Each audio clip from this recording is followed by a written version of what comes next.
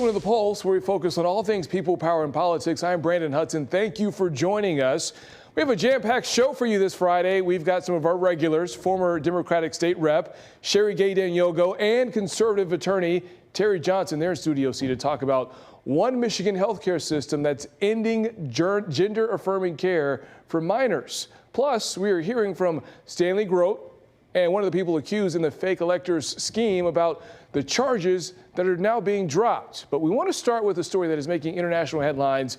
A two-day manhunt ends with the suspect accused of killing conservative activist Charlie Kirk now behind bars. Investigators say that 22-year-old Tyler Robinson confessed to a family member. Relatives also told police that he had become increasingly political in the recent years. Now, authorities, they also uncovered messages Robinson allegedly sent to a roommate linking him to this crime here. Robinson, who has no criminal history, is facing several charges, including aggravated murder, and is set to appear in court on Tuesday. Both President Donald Trump and Utah's governor, they're both calling for the death penalty.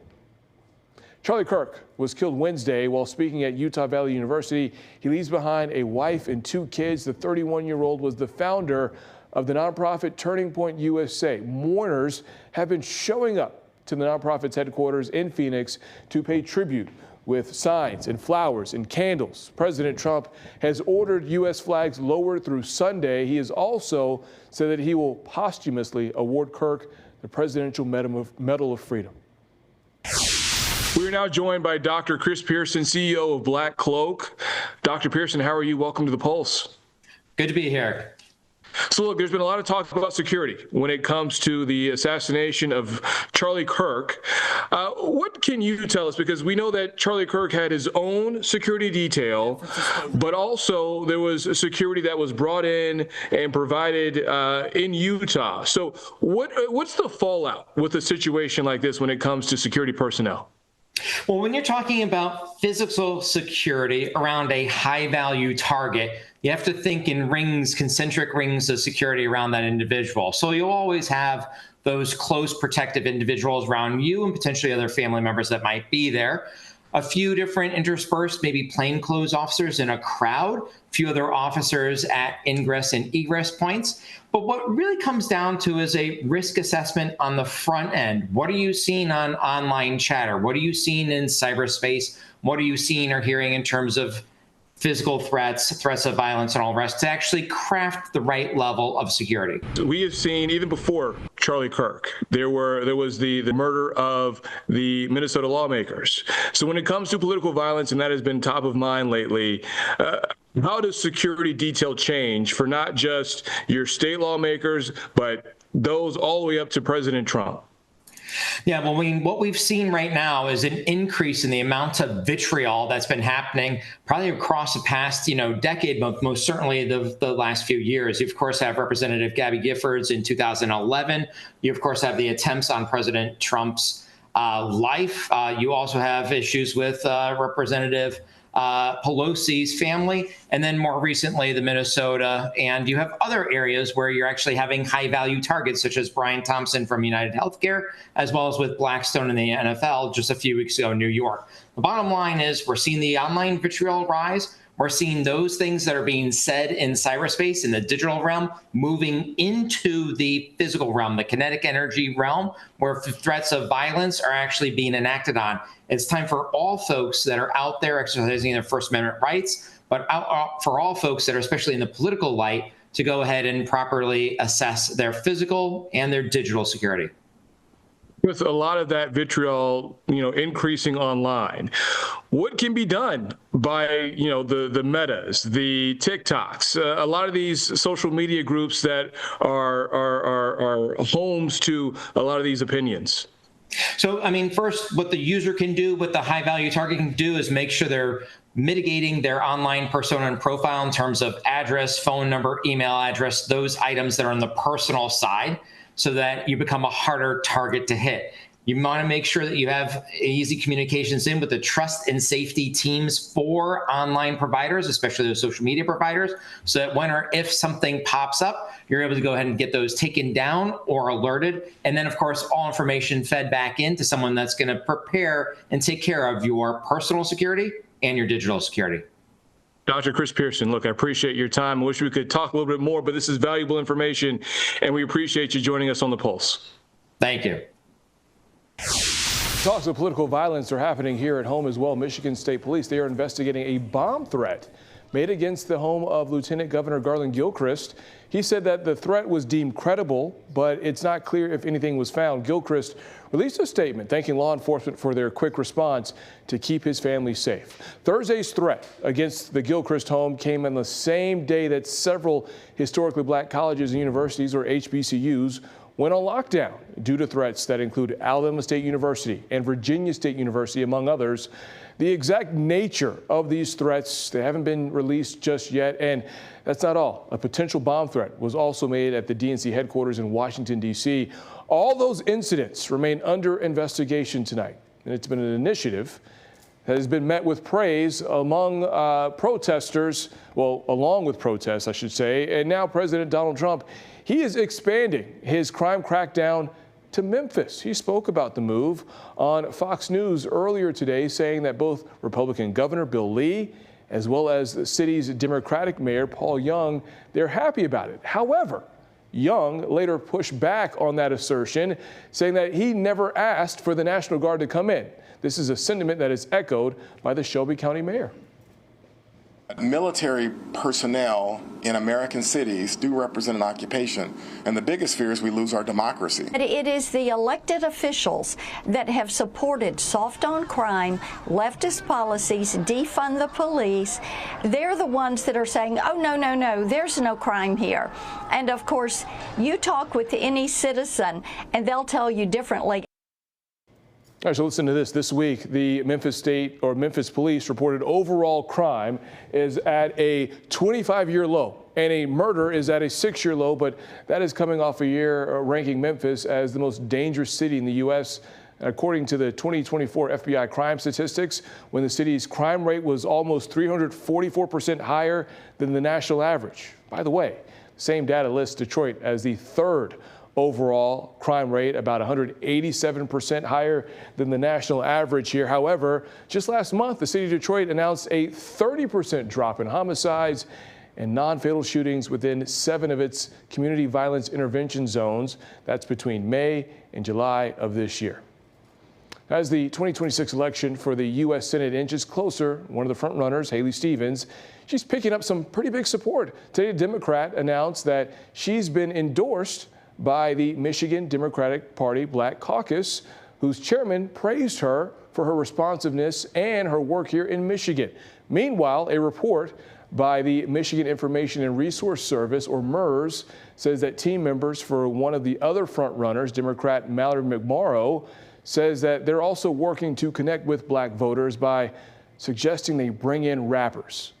Both women, they're running for the Senate seat being vacated by Gary Peters. They're going up against fellow Democrat Abdul El Sayed. On the Republican side of the aisle, former U.S. Representative Mike Rogers, he is running again after losing to Democrat Alyssa Slotkin in the state's 2024 U.S. Senate race by just 19,000 votes. All right.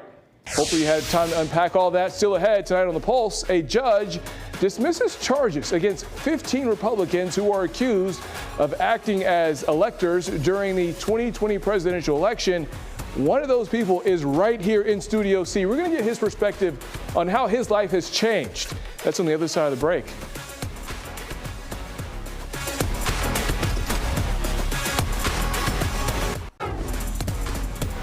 The evidence was clear. They lied, they knew they lied, and they tried to steal the votes of millions of Michiganders. For many, when it is this president and this president's followers, then there is no criminal activity, no action nefarious enough to warrant consequences of any kind, especially when it comes to rigging the system in Trump's favor. Oh, those remarks were made by Michigan Attorney General Dana Nessel after the judge dismissed the case against the 15 Republicans who were accused of acting as fake electors during the 2020 presidential election, who reportedly signed certificates saying that Donald Trump won the election. Nessel originally issued these charges 2 years ago, but this week, a judge ruled that there was a lack of credible evidence linking the group to criminal intent or illegal activity. Nestle's office is deciding whether to appeal. Meanwhile, a Senate investigation in 2021 determined that Joe Biden won Michigan by nearly 155,000 votes. But joining us now on the Pulse, we have one of those people who had those charges against him dismissed, Shelby Township Clerk Stanley Grote and his attorney, Derek Wilczynski. Guys, thank you. Welcome to the Pulse. How are you doing today? Good. Thank you for having us. Appreciate you. Thank you, Brandon. I appreciate it. Look, I want to get to the emotional part of this first, Mr. Grote. Yes. When you got the phone call or however you were notified that these charges were dropped, what was the emotions and what was the first thing that went through your mind? Hey, there was a big relief. It was like a cloud removed from over my head. For 2.5 years, you live with that, even though you don't deal with it every day, but in the back of your mind, you know it's there. Mm-hmm. And anything could happen. We didn't know what's going to happen. We thank God for, judge dismissing it based on, rules and Constitution and everything. My attorney is going to speak to that. But, it was a rough 2.5 years. It affects your life. It affects your family, my kids, my wife. Friends are looking at you different because they know you under investigation. Yeah. And the worst thing is knowing that I was innocent. I knew I was innocent, and yet these charges came on me. That was the hardest part, because you want to scream, up and down, and I didn't do it. I didn't do anything wrong. I'm not guilty of anything, and yet there's nothing you can do. You got to go through the system. So for 2.5 years, pure hell. 2 years is a long time. Yeah. Derek, look, as I walked in, you gave me this certificate here. For everyone at home, and I want you to see this, explain what I'm holding in my hand here. Well, Brandon, that ties in directly with what you played at the beginning of our segment, okay, where the Attorney General said that these electors, and Stan was one of them, that they lied. And she said that they lied and that they claimed that Donald Trump won the election. Take a look at this document. Okay. Nowhere in this document does it say that Donald Trump won the election. Mr. Grote and the other 15 electors were elected at the Republican convention in August of 2020. They had a duty, a statutory duty in this state, to meet and declare who they would vote for in the event that that individual had more votes. And in this case, all they said, and you can see this on the first page, they said, we're casting our votes for Donald Trump and for Mike Pence. That's all that this says. Nowhere in it does it say, contrary to what the Attorney General has asserted, that Donald Trump won more votes. Nowhere does this document force anybody to do anything. This document was prepared in a contingent basis in case somebody, a judge, the Secretary of State, somebody were to have said, look, the votes were miscounted, or the votes were double counted in some case, and Donald Trump was now the winner. That was the sole purpose for it, and that was all the testimony that came out in this case by every single person that testified. Our judge said every witness presented by the prosecution in this case was favorable to the defense. So where do you think there was this maybe confusion, or where do you think the charges came from then, if everything here says that they weren't for Donald Trump, or not necessarily they were voting for Donald Trump, but they weren't trying to change the election results? I hate to say this because it's partisan, but politics came into this pure and simple. This was a part of this term that you've heard over the last 4 years of lawfare. There were no basis for any of these charges whatsoever. And yeah, you'd have to ask the Attorney General. I don't want to get into her head on this, but there's no way that you could look at this document, listen to the witnesses that were presented, and conclude that they did anything wrong. There was no intent to defraud or to deceive anybody. And our judge said it best. It appeared to her that the targets in this case were really the president, people that worked on his campaign, and lawyers at a higher level than at the state level. And she said, if that's the case, why didn't you sue them, or why didn't you prosecute them?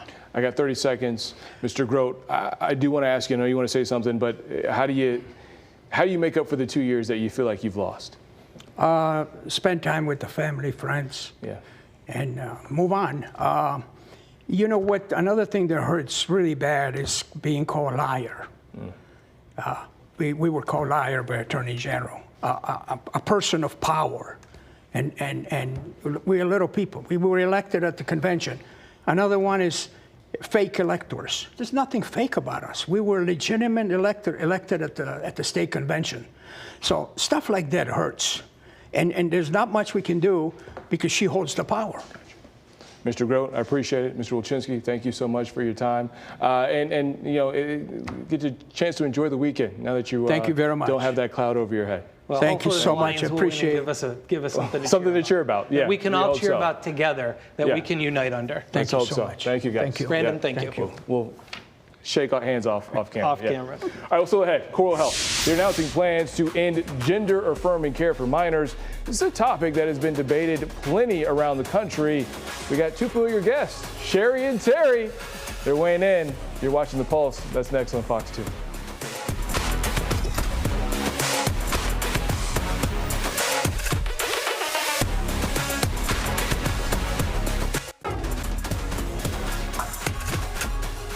Well, welcome back to The Pulse, Metro Detroit's only nightly political talk show. This week, Coral Health announced that it's ending gender-affirming care for minors, citing pressure from the Trump administration. Joining us to discuss this, we have this and other political headlines. We have former Democratic State Rep Sherry Gay-Danyogo, as well as conservative attorney Terry Johnson. Thank you guys for joining us here on The Pulse. How are we doing? It's great to be here. So look, I've heard so much about Sherry and Terry together that I had to experience it myself. Yes. Thank you, Roop, for making this happen here. But let's try to get to this. We also, there's big headlines happening in Memphis, so we'll try to discuss that too if we can. But gender-affirming care.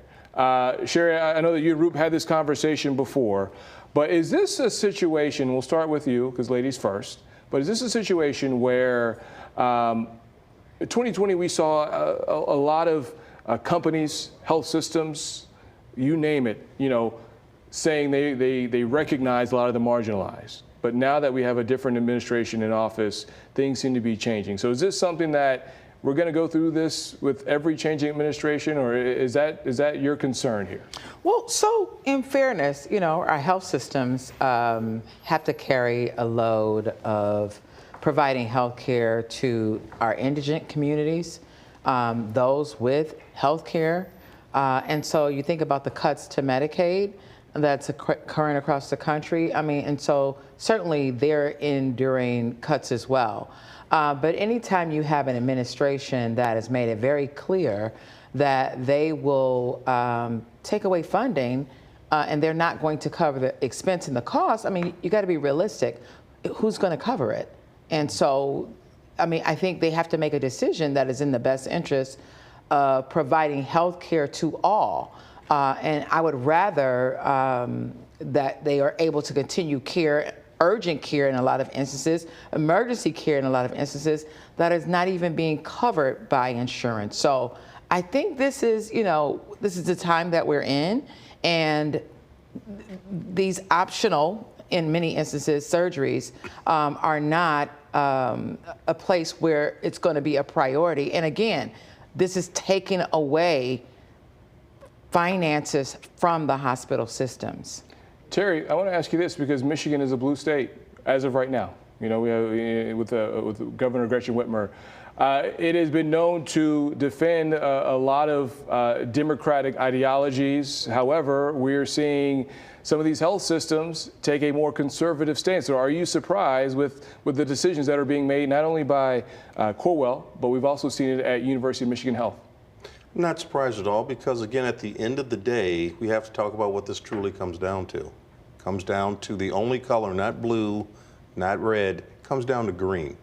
And in this situation, this was a decision where Donald Trump said, he didn't say you can't do it. He just said, if in fact you go down this path, we're not going to fund you on other things.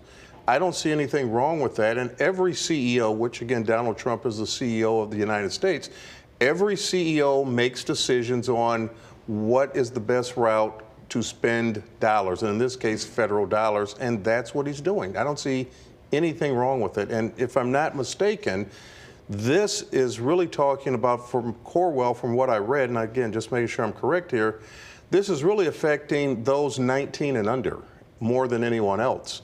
And if we look at this, when we talk about what can someone 18 or someone under 18 do, they can't enter into legal contracts. They can't join the military. They can't drink. They can't rent a car. But matter of fact, they can't even get a tattoo in the state of Michigan. But we're going to say, hey, it's okay to chop off body parts or take these life-altering drugs. Let's let them make that decision after they become of age. Is there any concern that this may be the first step, Sherry, in changing healthcare as we know it for a lot of marginalized groups? So while I'm very sensitive to people having the right to make decisions that are in their own best interest, again, this is scientifically, I'm a former science teacher. We've had in the transgender community, 82% of youth in that age category have considered suicide. When you think about the prefrontal cortex of maturation and cognitive understanding, it's not until the age of 25, and that's at a low end, 27, 28, 29, especially with men, that we see that the full development occurs.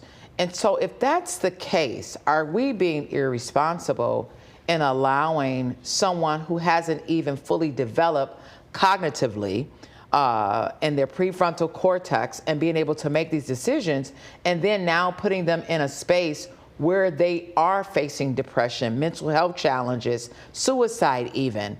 And so I think it's incumbent upon all of us. This is not party specific. Right. This is, as a parent, as good stewards of our community, protecting our youth. If we have raised the age to address the juvenile lifer situation and making sure that we understand that these young people did not fully understand the gravity of what they were doing when they perhaps committed crimes, how then are we going to allow for young people under the age of 18 to make a life-altering decision that cannot be reversed, to make that decision, and us as taxpayers pay for it? So I support people in their decision to move forward with making changes, life changes. But again, this is an instance where it's something that taxpayers are not necessarily going to pay for.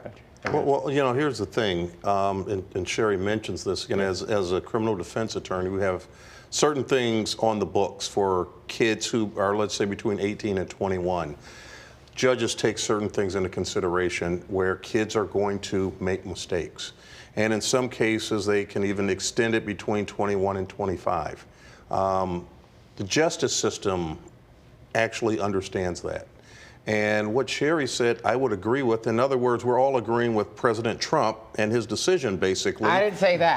Because what he didn't stop this. He didn't stop anything except for saying someone under a certain age. Or this is what Corwell is saying, I'm sorry. And what's wrong with that? And if that's what we're all trying to do, is be the best society we can be the best parents we can be, then, this is the right decision. So, and thank you for agreeing with President Trump. I agree with Corwell in this decision. Who agrees with President Trump. All right, well, hey, look, that's our time for today. Sherry and Terry, I want to thank you for making my job a little easier as a moderator this evening. So thank you for joining us here on The Pulse. Thank you for having me. I'm Brandon Hudson. We hope you have a great weekend. It was good to be with you, and have a great night.